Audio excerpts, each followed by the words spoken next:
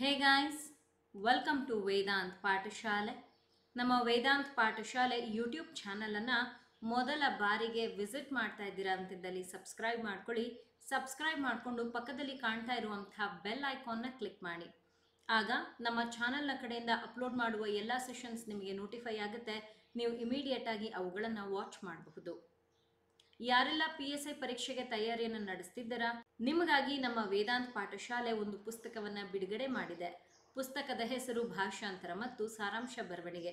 ನೀವು ಕೂಡ ಪುಸ್ತಕವನ್ನು ಖರೀದಿ ಮಾಡಬೇಕು ಅಂತಿದ್ದಲ್ಲಿ ಇಲ್ಲಿ ಕಾಣ್ತಾ ಇರುವಂತಹ ಮೊಬೈಲ್ ಸಂಖ್ಯೆಗೆ ನಿಮ್ಮ ವಿಳಾಸವನ್ನು ವಾಟ್ಸಪ್ ಅಥವಾ ಟೆಲಿಗ್ರಾಮ್ ಮುಖಾಂತರ ಕಳಿಸ್ಕೊಡಿ. ಅಥವಾ ನಮ್ಮ ಪುಸ್ತಕವನ್ನು ನೀವು ಅಮೆಝಾನ್, ಫ್ಲಿಪ್ಕಾರ್ಟಲ್ಲೂ ಪರ್ಚೇಸ್ ಮಾಡಬಹುದು ಅಥವಾ ಯಾವುದೇ ಸಪ್ನಾ ಬುಕ್ ಹೌಸ್ನಲ್ಲಾದರೂ ಪರ್ಚೇಸ್ ಮಾಡಬಹುದಿದೆ. ನಮ್ಮಿಂದ ನೀವು ಪರ್ಚೇಸ್ ಮಾಡಬೇಕು ಅಂತಿದ್ದಲ್ಲಿ ಇಲ್ಲಿ ಕಾಣ್ತಾ ಇರುವಂಥ ಮೊಬೈಲ್ ಸಂಖ್ಯೆಗೆ ವಿಳಾಸವನ್ನು ಕಳಿಸ್ಕೊಡಿ. ಇಂಡಿಯಾ ಪೋಸ್ಟ್ ಮುಖಾಂತರ ಪುಸ್ತಕವನ್ನು ನಿಮ್ಮ ವಿಳಾಸಕ್ಕೆ ತಲುಪಿಸಲಾಗುತ್ತೆ.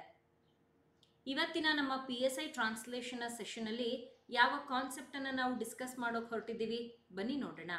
ನಾನು ನಿಮಗೆ ನಮ್ಮ ಹಿಂದಿನ ಸೆಷನ್ಸಲ್ಲೆಲ್ಲ ಹೇಳ್ತಾ ಬರ್ತಾ ಇದ್ದೀನಿ ಏನಂತ.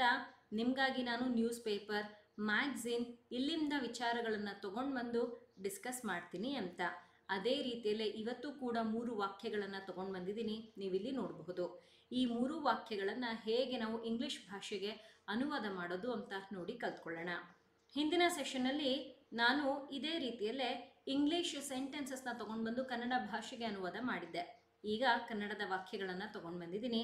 ಏನಿದೆ ಅಂತ ಓದೋಣ ಬನ್ನಿ. ಇದನ್ನು ನಾನು ಯೋಜನಾ ಮ್ಯಾಗ್ಝಿನಿಂದ ತೊಗೊಂಡು ಬಂದಿರುವಂಥದ್ದು. ಓದ್ತಾ ಇದ್ದೀನಿ, ಕೇಳಿಸ್ಕೊಳ್ಳಿ. ಏಕಕಾಲಕ್ಕೆ ಚುನಾವಣೆ ನಡೆಸುವುದು ಜನಸಾಮಾನ್ಯರ ಜೀವನಕ್ಕೆ ಅನುಕೂಲವಾಗುತ್ತದೆ. ಹೀಗಿದೆ. ಏಕಕಾಲಕ್ಕೆ ಅಂತ ಕೊಟ್ಟಿದ್ದಾರಲ್ವಾ, ಇದನ್ನು ಬರೆಯೋಣ. ಅಟ್ ದ ಸೇಮ್ ಟೈಮ್, ಒಂದೇ ಸಮಯದಲ್ಲಿ ಅಂತ ಇದರ ಅರ್ಥ. ಚುನಾವಣೆ ಅಂತ ಕೊಟ್ಟಿದ್ದಾರೆ, ತಗೊಳ್ಳೋಣ ಎಲೆಕ್ಷನ್ ಅಂತ.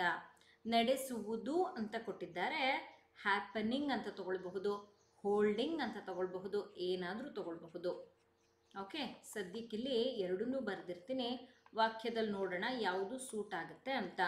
ಜನಸಾಮಾನ್ಯರು ಅಂತ ಕೊಟ್ಟಿದ್ದಾರಲ್ವಾ, ಇದನ್ನು ಏನಂತ ತಗೊಳ್ಬಹುದು, ಇವೆರಡನ್ನೂ ಸೇರಿಸಿ ಕಾಮನ್ ಪೀಪಲ್ ಅಂತ ತಗೊಳ್ಬಹುದು.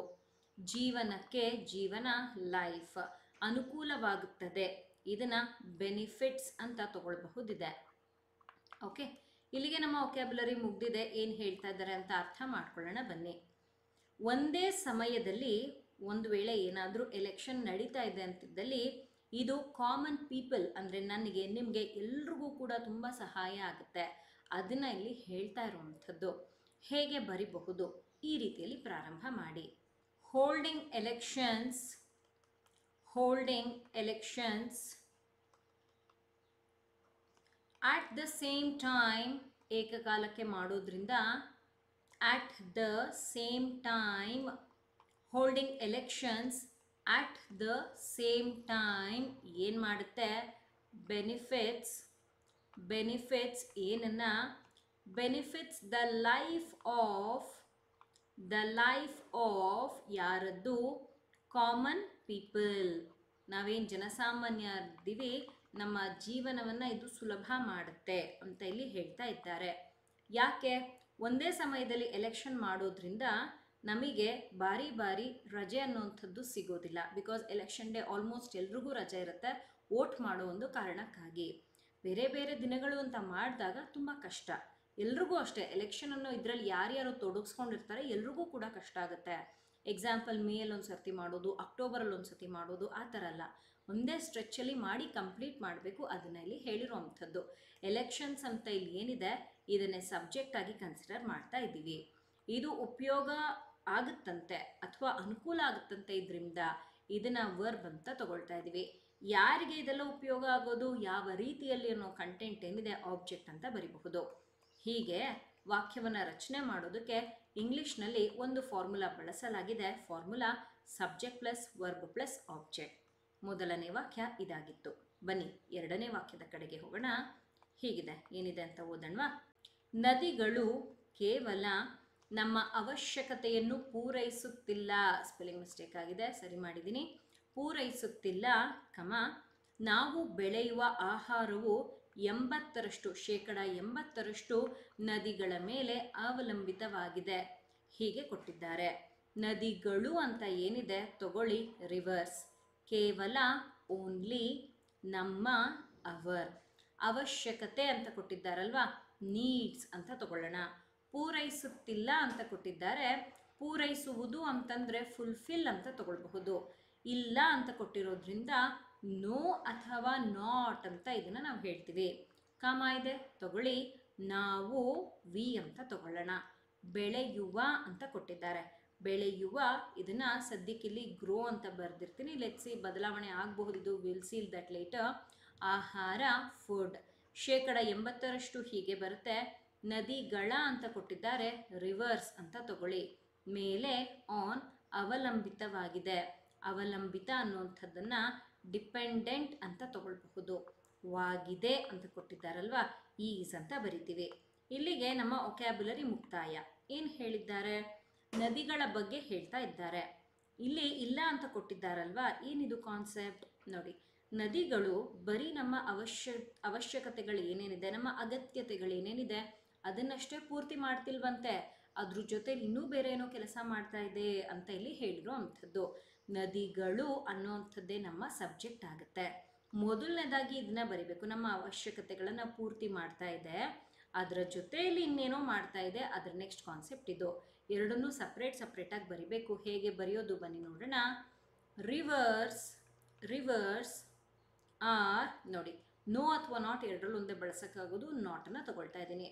Reverse R not only fulfilling, ಈ ರೀತಿಯಲ್ಲಿ ಬರುತ್ತೆ. Reverse R not only fulfilling ಏನನ್ನ, ಅವರ್ ನೀಡ್ಸ್, ನೆಸೆಸಿಟಿ ಏನಾದರೂ ತಗೊಳ್ಳಿ, ಅವರ್ ನೀಡ್ಸ್, ಬಟ್ ಆಲ್ಸೋ ಇದು ಸಹಾಯ ಮಾಡ್ತಾ ಇದೆ ನಮಗೆ ಯಾವುದರಲ್ಲಿ, ಆಹಾರ ಬೆಳೆಯೋದ್ರಲ್ಲಿ. ಬರೆಯೋಣ, but also 80% of the food, 80% of the food, 80% ಆಹಾರ ನಾವೇನು ಬೆಳೀತಾ ಇದ್ದೀವಿ ಅದು. 80% of the food what we are growing, ಅಥವಾ ವಾಟ್ ವಿ ಗ್ರೋ ಅಂತ ತಗೊಳ್ಳೋಣ, ಬಿಕಾಸ್ ಬೆಳೆಯುತ್ತಿರುವ ಅಂತಿರಲಿಲ್ಲ, ಗ್ರೋಯಿಂಗ್ ತಗೊಳ್ಳೋದಕ್ಕೆ. What we grow is dependent on ಯಾವುದರ ಮೇಲೆ, on the rivers. Full stop. ನೋಡಿ ಹೀಗೆ ಇಲ್ಲಿ ಬರೆಯಲಾಗಿದೆ. ಮೊದಲನೇ ಭಾಗದಲ್ಲಿ ನಮ್ಮ ಅವಶ್ಯಕತೆಗಳು ಪೂರ್ತಿ ಆಗ್ತಾ ಇದೆ, ಎರಡನೇ ಭಾಗದಲ್ಲಿ ಅದರ ಜೊತೆಯಲ್ಲಿ ರಿವರ್ಸ್ ನಮ್ಗೆ ಇನ್ನೇನೋ ಸಹಾಯ ಮಾಡ್ತಾ ಇದೆ, ಅದನ್ನು ಬರ್ತಿದ್ದೀವಿ. ಏನು ಬರ್ತಿದ್ದೀವಿ, ನಾವು ಬೆಳೆಯುವಂಥ ಆಹಾರವೇನಿದೆ, ನಾವು ಬೆಳೆಯುವಂಥ ಧಾನ್ಯಗಳೇನಿದೆ ಅವುಗಳಿಗೂ ಕೂಡ ನಮಗೆ ನೀರು ಬೇಕು, ನಾವು ಅದರ ಮೇಲೆ ಡಿಪೆಂಡ್ ಆಗಿದ್ದೀವಿ ಅಂತ ಹೇಳಿರೋ ಅಂಥದ್ದು. ಯಾವುದೇ ಫಾರ್ಮುಲಾ ಬರ್ತಿಲ್ಲ. ಮೊದಲನೇದಾಗಿ ರಿವರ್ಸ್ ಅನ್ನೋದನ್ನು ಸಬ್ಜೆಕ್ಟ್ ಆಗಿ ತಗೊಂಡು ಇದು ಮಾಡ್ತಾ ಇರುವಂಥ ಎರಡು ಕೆಲಸಗಳನ್ನು ಈ ರೀತಿಯಲ್ಲಿ ಬರೆಯಲಾಗಿದೆ. ಓಕೆ, ಎರಡನೇ ವಾಕ್ಯ ಇದಾಗಿತ್ತು. ಬನ್ನಿ ಮೂರನೇ ವಾಕ್ಯದ ಕಡೆಗೆ ಹೋಗೋಣ. ಹೇಗಿದೆ, ಭಾರತವು ಒಂದು ಪ್ರವಾಸೋದ್ಯಮದ ಕೇಂದ್ರ ತಾಣವಾಗುವ ಎಲ್ಲ ಅವಕಾಶವನ್ನು ಹೊಂದಿದೆ ಅಂತ ಕೊಟ್ಟಿದ್ದಾರೆ.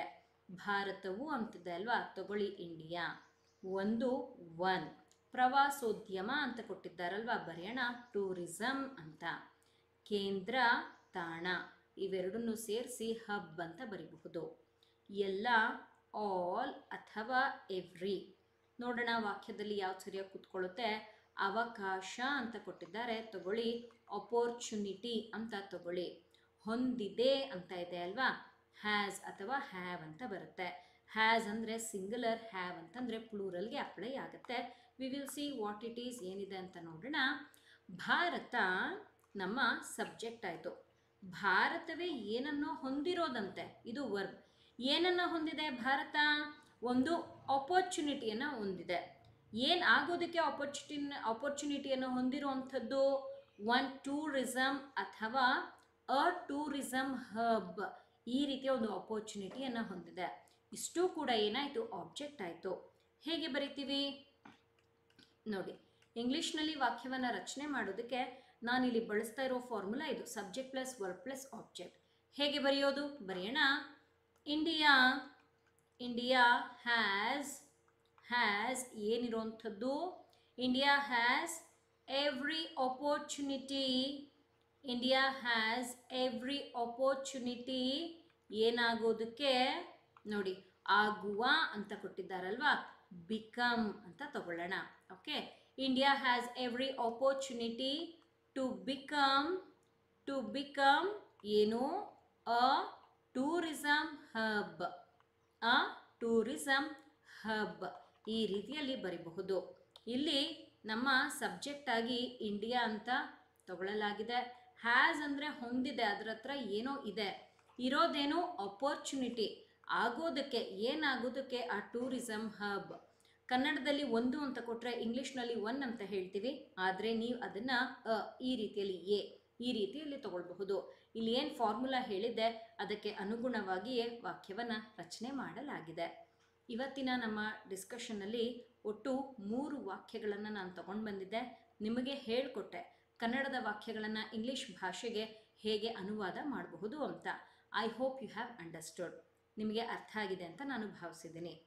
ಹಾಗೆ ನಿಮಗೆ ವಿಚಾರ ತಿಳಿಸ್ಬೇಕಿದೆ, ನಮ್ಮ ಆ್ಯಪ್ನಲ್ಲಿ ಈಗ ನಿಮಗಾಗಿ ಈ ರೀತಿಯ 3 ಕೋರ್ಸನ್ನು ಲಾಂಚ್ ಮಾಡಿದ್ದೀವಿ. ನಮ್ಮ ಆ್ಯಪ್ ನಿಮಗೆ ಗೂಗಲ್ ಪ್ಲೇಸ್ಟೋರ್ನಲ್ಲಿ ಸಿಗುತ್ತೆ. ವೇದಾಂತ್ ಪಾಠಶಾಲೆ ಅಂತ ಸರ್ಚ್ ಮಾಡಿ ನೀವು ನಮ್ಮ ಆ್ಯಪನ್ನು ಡೌನ್ಲೋಡ್ ಮಾಡ್ಕೊಳ್ಬಹುದಿದೆ. ಓಕೆ, ಆ್ಯಂಡ್ ಇಲ್ಲಿ ನಾನು ನಿಮಗೆ ಮಾಹಿತಿ ಕೊಡ್ತೀನಿ ನೋಡಿ. ಒಂದು ವೇಳೆ ನೀವೇನಾದರೂ VAO ಅಥವಾ PDO ಪರೀಕ್ಷೆಗೆ ತಯಾರಿ ನಡೆಸ್ತಾ ಇದ್ದೀರಾ ಅಂತಂದರೆ ಈ ಕಮ್ಯುನಿಕೇಷನ್ ಪೇಪರ್ ನಿಮಗೆ ತುಂಬ ಸಹಾಯ ಮಾಡುತ್ತೆ. ಈ ಒಂದು ಕೋರ್ಸ್ ಇದರಲ್ಲಿ ನಾನು ನಿಮಗೆ ಜನರಲ್ ಇಂಗ್ಲೀಷ್, ಜನರಲ್ ಕನ್ನಡ ಮತ್ತು ಕಂಪ್ಯೂಟರ್ ನಾಲೆಜಿಗೆ ಸಂಬಂಧಿಸಿದ ವಿಚಾರಗಳನ್ನು ಹೇಳ್ಕೊಡ್ತಾ ಇದ್ದೀನಿ. ಆ್ಯಂಡ್ ಪ್ರತಿನಿತ್ಯ ನಮ್ಮ ಈ ತರಗತಿ ಬೆಳಗ್ಗೆ 11 ಗಂಟೆಗೆ ಪ್ರಾರಂಭವಾಗುತ್ತೆ. 1 ಅವರ್ ಲೈವ್ ಕ್ಲಾಸ್ ಇರುತ್ತೆ. ಲೈವ್ ಕ್ಲಾಸ್ ಮಿಸ್ ಮಾಡಿಕೊಂಡ್ರೆ, ಯಾವುದೇ ಲೈವ್ ಕ್ಲಾಸ್ ಮಿಸ್ ಮಾಡಿಕೊಂಡ್ರೂ ನೀವು ಅದರ ರೆಕಾರ್ಡೆಡ್ ಕ್ಲಾಸಸನ್ನು ನೋಡಬಹುದಿದೆ. ಇದರಲ್ಲಿ ನಿಮಗೆ ಕ್ಲಾಸಸ್ ಎಲ್ಲವೂ ಕೂಡ PDF ನೋಟ್ಸಲ್ಲಿ ಅವೈಲಬಲ್ ಇರುತ್ತೆ. ಲೈವ್ ಕ್ಲಾಸಸ್, ರೆಕಾರ್ಡೆಡ್ ಕ್ಲಾಸಸ್ ನೋಡಬಹುದು. ಹಾಗೆ ಮಾಕ್ ಟೆಸ್ಟ್ ಕೂಡ ನಿಮಗೆ ಈ ಕಮ್ಯುನಿಕೇಷನ್ ಪೇಪರ್ನಲ್ಲಿ ಅವೈಲಬಲ್ ಇದೆ. ಹಾಗೆ ನೀವೇನಾದರೂ VAO ಅಥವಾ PDO ಪರೀಕ್ಷೆಗೆ ತಯಾರಿಯನ್ನು ನಡೆಸ್ತಾ ಇದ್ದೀರಾ ಅಂತಿದ್ದಲ್ಲಿ ನಿಮಗಾಗಿ ನಾವು ಪಂಚಾಯತ್ ರಾಜ್, ರೂರಲ್ ಡೆವಲಪ್ಮೆಂಟ್ ಪಂಚಾಯತ್ ರಾಜ್ಗೆ ಸಂಬಂಧಿಸಿದ ತರಗತಿಗಳನ್ನು ಪ್ರಾರಂಭ ಮಾಡ್ತಾ ಇದ್ದೀವಿ. ಇದೇ ಜುಲೈ 5ನೇ ತಾರೀಕಿನಿಂದ. ಶಿವಮೂರ್ತಿ ಸರ್ ನಿಮಗೆ ಕ್ಲಾಸಸನ್ನು ತಗೊಳ್ತಾರೆ. ಪ್ರತಿನಿತ್ಯ ಸಂಜೆ 7 ಗಂಟೆಯಿಂದ 8 ಗಂಟೆವರೆಗೆ 1 ಅವರ್ ನಿಮಗೆ ಕ್ಲಾಸಸ್ ಇರುತ್ತೆ. 1 ಗಂಟೆಗಳ ಕಾಲ ಲೈವ್ ಕ್ಲಾಸ್ ಇರುತ್ತೆ. ಇಲ್ಲೂ ಕೂಡ PDF ನೋಟ್ಸ್ ಸಿಗುತ್ತೆ. ಮಾಕ್ ಟೆಸ್ಟ್ ಕೂಡ ಇದರಲ್ಲಿ ನಿಮಗೆ ಫ್ರೀಯಾಗಿ ಅವೈಲಬಲ್ ಇದೆ. ಆ್ಯಂಡ್ ಪ್ರೈಸ್ ಎಲ್ಲ ನೀವೇ ನೋಡ್ತಾ ಇದ್ದೀರಾ, ಇಲ್ಲೇ ನಿಮಗೆ ಪ್ರೈಸ್ ಕಾಣಿಸ್ತಾ ಇದೆ ಪ್ರತಿಯೊಂದು ಕೋರ್ಸ್ನದ್ದು. ಹಾಗೆ PSI ಪರೀಕ್ಷೆಗೆ ತಯಾರಿ ನಡೆಸ್ತಾ ಇದ್ದೀರಾ, 402 PSI ಪರೀಕ್ಷೆಗೆ ತಯಾರಿ ನಡೆಸ್ತಾ ಇದ್ದೀರಾ ಅಂತಿದ್ದಲ್ಲಿ ಟ್ರಾನ್ಸ್ಲೇಷನ್ ಮತ್ತು ಪ್ರಿಸಿ ರೈಟಿಂಗ್ಗೆ ಸಂಬಂಧಿಸಿದ ತರಗತಿಯನ್ನು ಪ್ರಾರಂಭ ಮಾಡಿದ್ದೀನಿ. ಇದು 2 ತಿಂಗಳ ತರಗತಿಯಾಗಿದ್ದು 1 ತಿಂಗಳು ನಿಮಗೆ ಲೈವ್ ಕ್ಲಾಸಸನ್ನು ಹೇಳ್ಕೊಡಲಾಗುತ್ತೆ. ಲೈವ್ ಕ್ಲಾಸಸ್ಸಲ್ಲಿ ಕಂಟೆಂಟ್ ಪೂರ್ತಿ ಎಕ್ಸ್ಪ್ಲೈನ್ ಮಾಡಲಾಗುತ್ತೆ. ನೀವು ಅದನ್ನು ಇನ್ನೊಂದು ತಿಂಗಳು ರೆಕಾರ್ಡೆಡ್ ಫಾರ್ಮೆಟಲ್ಲಿ ನೋಡ್ಕೊಳ್ಬಹುದು. ಪ್ರತಿಯೊಂದು ಸೆಷನ್ನ PDF ನೋಟ್ಸ್ ಕೂಡ ಇರುತ್ತೆ. ನಿಮಗೆ ಇಲ್ಲೇ ನಾನು ಲೈವಲ್ಲೇ ಮಾಕ್ ಟೆಸ್ಟನ್ನು ಕೊಡ್ತಾ ಹೋಗ್ತೀನಿ. ಹೀಗೆ ಯಾರೆಲ್ಲ ಮುಂಬರುವಂತಹ ಕಾಂಪಿಟೇಟಿವ್ ಪರೀಕ್ಷೆಗಳಿಗೆ ತಯಾರಿ ನಡೆಸ್ತಿದ್ದೀರಾ ನಿಮಗೆಲ್ಲ ಉಪಯೋಗ ಆಗಲಿ ಅಂತ ಈ ರೀತಿಯ ಕ್ಲಾಸಸನ್ನು ನಮ್ಮ ಆ್ಯಪಲ್ಲಿ ಕೊಡ್ತಾ ಇದ್ದೀವಿ. ನಮ್ಮ ಆ್ಯಪನ್ನು ಒಮ್ಮೆ ಡೌನ್ಲೋಡ್ ಮಾಡಿಕೊಂಡು ನೋಡಿ ಯಾವ್ಯಾವ ಕ್ಲಾಸಸ್ ಇದೆ ಅಂತ. ಹಾಗೆ ನಿಮಗೆ ಫ್ರೀ ಕ್ಲಾಸಸ್ ಕೂಡ ಅವೈಲಬಲ್ ಇದೆ. RDPRನ ಫ್ರೀ ಕ್ಲಾಸಸ್ ಅವೈಲಬಲ್ ಇದೆ. ಟ್ರಾನ್ಸ್ಲೇಷನ್ಗೂ ಕೂಡ ಸಂಬಂಧಿಸಿದ ಫ್ರೀ ಕ್ಲಾಸಸ್ ಅವೈಲಬಲ್ ಇದೆ. VAO ಪರೀಕ್ಷೆಗೆ ತಯಾರಿ ನಡೆಸ್ತಾ ಇರೋರು ಈ ಕ್ಲಾಸಸನ್ನು ನೋಡಿ. ಟ್ರಾನ್ಸ್ಲೇಷನ್ ಅಥವಾ ನಿಮ್ಮ PSI ಪರೀಕ್ಷೆಗೆ ತಯಾರಿ ನಡೆಸ್ತಾ ಇರೋರು ಈ ನಮ್ಮ ಟ್ರಾನ್ಸ್ಲೇಷನ್ ಫ್ರೀ ಕ್ಲಾಸಸನ್ನು ನೋಡಿ. ನಮ್ಮ ಆ್ಯಪ್ ಇಲ್ಲೇ ನಾನೀಗ ತೋರಿಸ್ತಾ ಇದ್ದೀನಿ. ವೇದಾಂತ್ ಪಾಠಶಾಲೆ ಅಂತ ಸರ್ಚ್ ಮಾಡಿ ನಮ್ಮ ಐಕಾನ್ ಬರುತ್ತೆ ನೋಡಿ, ಇನ್ಸ್ಟಾಲ್ ಮಾಡಿಕೊಂಡು ಕ್ಲಾಸಸನ್ನು ವಾಚ್ ಮಾಡಬಹುದಿದೆ. Thank you people. ನಾಳೆ ನಿಮ್ಮನ್ನು ಮತ್ತೊಂದು ಟ್ರಾನ್ಸ್ಲೇಷನ್ನ ಕಾನ್ಸೆಪ್ಟ್ನ ಜೊತೆಲಿ ಭೇಟಿ ಮಾಡ್ತೀನಿ. ಚೆನ್ನಾಗಿ ಓದ್ಕೊಳ್ಳಿ. Happy learning.